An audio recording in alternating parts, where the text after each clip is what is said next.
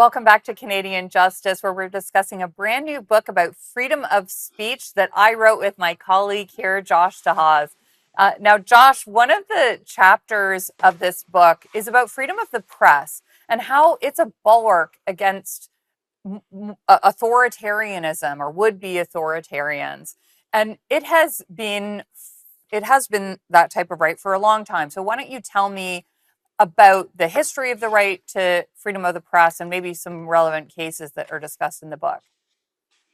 Yeah, so the history of freedom of the press, it's been a fight right from day one. As soon as, the printing press arrives in England, we see the king create a special court, the Start Court of the Star Chamber, to crack down on anyone who's printing anything that is without a license, in other words, anything that is going to challenge his authority. And you see characters emerge, like John Lilburn. This guy was a leveler, which was a sort of radical political party that had views that we would not find radical today, like there should be more people with the right to vote and there should be separation of church and state. He takes on this censorship regime and importing pamphlets from the Netherlands that are outlawed. And he's punished by the Star Chamber, but the public really sides with him, and so this idea that you should be free to print what you want emerges in this era, and sort of gradually over time gets cemented into the law.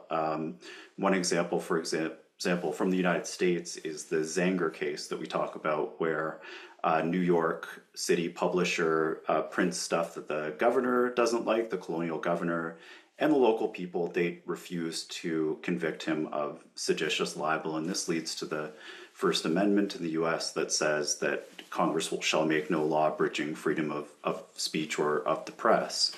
We also get into some of the more modern cases in Canada, the Alberta Press case being a famous one, where Alberta tried to suppress different points of view by saying that newspapers had to publish rebuttals, and this gets overturned. It's an early free speech case in Canada. So lots of interesting stuff about freedom of the press. We mentioned one case actually that the CCF was involved in. It was before my time, Christine. This is the Elections Act case. Yeah. So, what I love about the Elections Act case and the Alberta Press case is that both are kind of about fake news. And the Alberta Press case, I think, was from in 1930s, that era.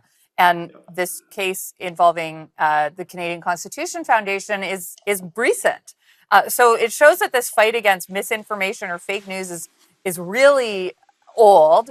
That governments for a long time have tried to characterize things that they don't like as misinformation or fake news. So the case we were involved in was a challenge to a provision of the Canada Elections Act that essentially imposed huge criminal penalties on someone who posted what they called misinformation about a candidate for office during the election period. And it didn't matter if the post was by mistake or if the person had been misinformed, they were still subject to this huge criminal penalty. So that was successfully overturned. And I think that it's a really important point that this is not a new phenomenon, this concern about what the government calls misinformation. Another thing in this book, very briefly, Josh, is we spend a lot of time talking about human rights tribunals and these small tribunals that can actually be used or even weaponized to silence unpopular opinions. Very briefly, what can you say about that? Yeah, so we talk about a famous case called Taylor that unfortunately upheld the idea that human rights tribunals can haul people before them and, fine them for what is called discriminatory speech. And these tribunals, they're not courts of law. They have a much lower standard called balance of probabilities. And the Supreme Court said that just like criminal hate speech laws, these tribunals can exist. Fortunately, in my opinion, during the Stephen Harper prime ministership, he actually got rid of the federal tribunal after there were some controversies whereby journalists who had criticized Islam or who had made arguments about Islam that a lot of people found offensive.